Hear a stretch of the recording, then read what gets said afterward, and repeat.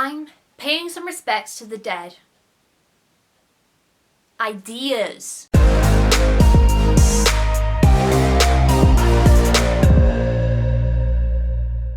Hey guys, it's Amy here, back again with another video. People always go on about how their current works and their published stories are their everything and they have defined their writing journey. However, I'd say that's not what quite defines me as an author and a writer, especially from my early days. So today, I am dedicating this video to all the stories that I lost interest in writing.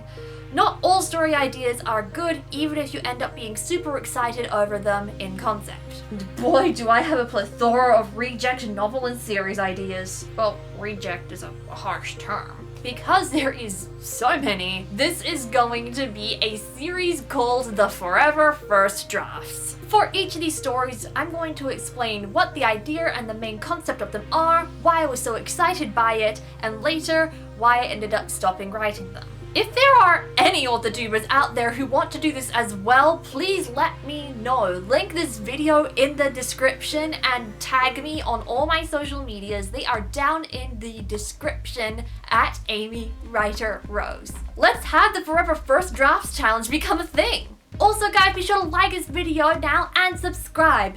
When I get to 100 subscribers, I'm going to be launching something extra special, and you better stick around to find out what it is. For the first video of Forever First Drafts, all the ideas are from when I was in late primary and intermediate school. This is roughly between the ages of 10 and 13. I've got 5 story ideas here in roughly the order that I lost interest in them.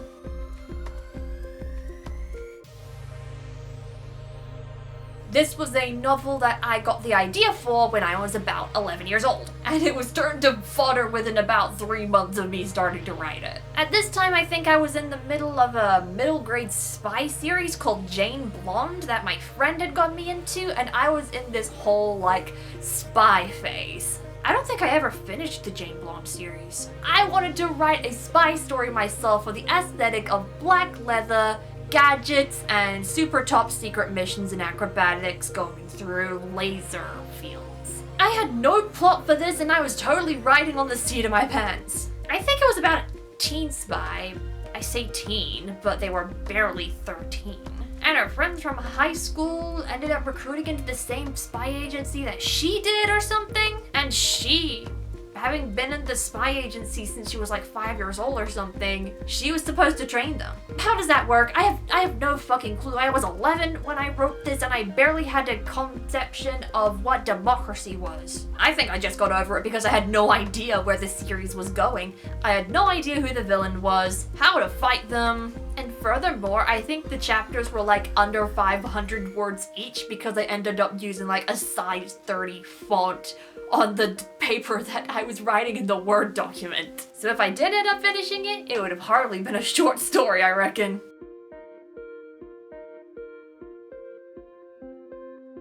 I am genuinely surprised that I got over this one, considering it had been in my head for so many years. I think 8 years or something? In mid to late primary school, I was watching a lot of TV, films, and reading quite a few books. So I just suddenly got this idea of how I could bring all those characters together into one adventure with a version of me as the main character, like it was some sort of self-insert crossover fanfiction.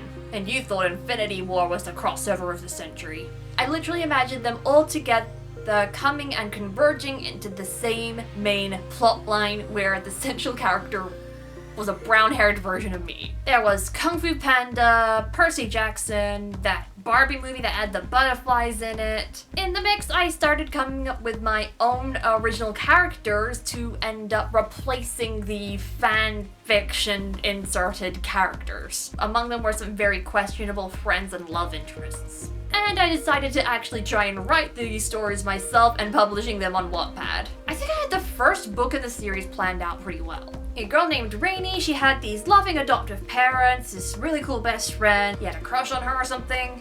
And then she finds a butterfly necklace somewhere deep in her belongings that she forgot she had. That butterfly necklace was inspired by one that my dad gave me. And then these people start attacking her and her body becomes possessed. And so her friends end up taking her through to this wormhole magical world thing where her cat talks and she discovers that she's a moon witch. And then she starts training with the help of her friends to turn from the very average Rainy to the illustrious moon witch Serenia. Aside from piss poor writing, that story actually had a pretty good plotline. I think I stopped writing when my characters entered the world and I had no idea how to do the world building side of things, so I was just like, screw this, I'm moving on. Furthermore, I had no idea how to turn that concept into a 7-part series like with Harry Potter. Additionally, I was writing the very early and very crappy version of the ASTER'S CODA series, which you can hear me read some parts of in this video here. And my passion went into more of a fresh idea that I ended up developing and loving more and more to the point where I got that book published. And it's way better than it was before. In the description for you to buy. But still, it was a nice ride with the Moon Witch saga while it lasted.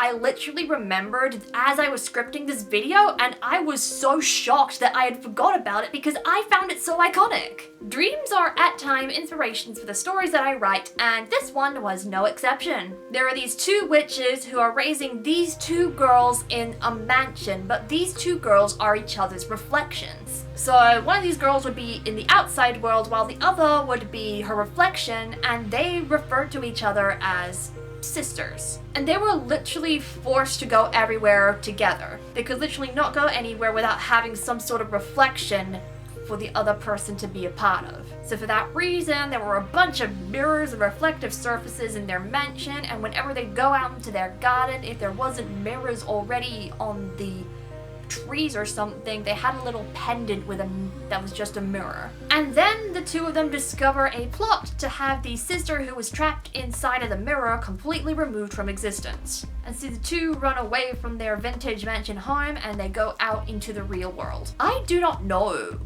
what made me get over this story exactly, because it's such a unique concept to me. Maybe I was just getting a bit more grittier in terms of my writing? Most of the story ideas that I have stuck with today have been relatively gritty in terms of fantasy. This didn't really seem it. I did end up taking that concept into a lab experiment roleplay for a little bit, but then I got rid of them from my repertoire too.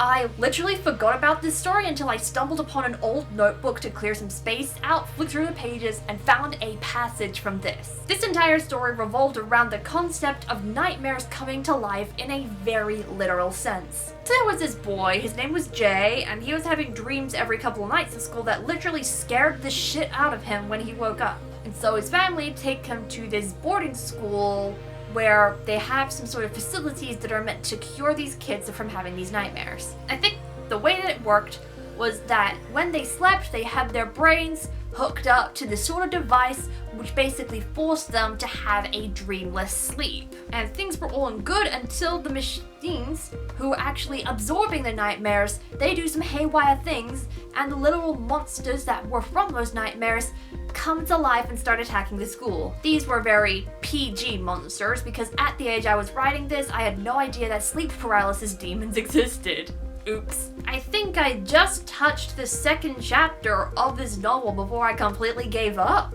Maybe it was because I just wanted to get into the action with the monsters straight from chapter 2, but there was just this big roadblock of necessary talky negotiation stuff before I could get into that. It was so disappointing because I even had a magic system set up. Like, each child who had these nightmares had like a certain type of nightmare that would evoke some kind of emotion from them, and then later these children would end up developing powers based around these 5 types of nightmares. It was gonna be a 5-part series. Rest in peace.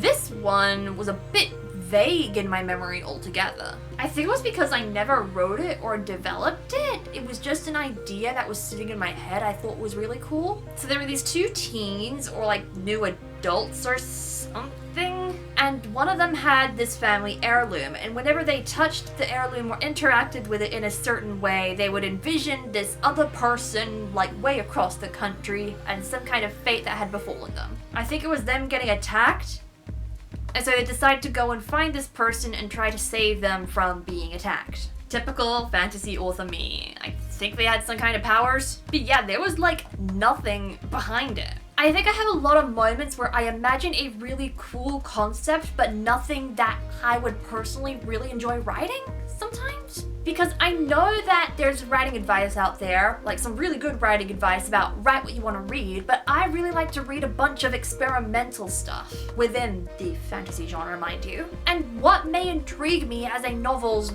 unique selling point, it may not be what ends up actually being the good part of the story and what gets me hooked. In fact, I may not like the way it is developed, or it's not going to be a guarantee that I will like that particular story. I think this particular story idea that I came up with fell victim to that theory. And there is the first episode of Forever First Drafts. Please be sure to link this video in the description of your own Forever First Drafts video if this is something you want to take up. If you guys like this video, be sure to give it a thumbs up and subscribe if you are new around here. Ring that bell to find out when I post more creative content and to find out what the special thing is when I hit 100 subscribers. One novel that I've got that is definitely not a Forever First Draft is ASTER'S CODA Exposure, my debut novel. Check it out now in the description. Follow Abby Tagger as she has to deal with an otherworldly blood feud, one that spans across multiple worlds. And be sure to look in the description to find my Instagram, my Twitter, my TikTok, and my website. Stay creative, everybody, and I'll be seeing you in the next video.